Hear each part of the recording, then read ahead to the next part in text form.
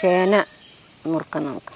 പച്ചക്കായ്, കയപ്പ, വെള്ളരി, ക്യാരറ്റും കൂടി, മുരിങ്ങാക്കായ്, പയറും ഇങ്ങനെ തന്നെ നീളത്തിൽ, ഇതാ പച്ചമുളക്, ഇഞ്ചി, മുളക് പൊടി, ഇതാ മഞ്ഞൾപ്പൊടി, പിന്നെ ആവശ്യത്തിന് നമ്മൾ ഉപ്പും ഇടും. കുറച്ച് വെള്ളവും പറഞ്ഞ് ഇങ്ങനെ കുഴച്ച് അടുപ്പത്ത് വെക്കണം.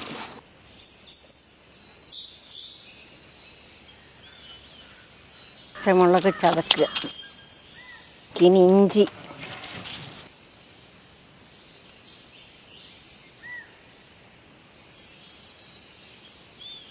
തൈര് വരുന്നു. എൻ്റെ മേലെ ഇത്തിരി വെളിച്ചെണ്ണ ഒറ്റിക്കണം. നമ്മുടെ അവിയൽ ഇവിടെ റെഡി ആയിട്ടുണ്ട്.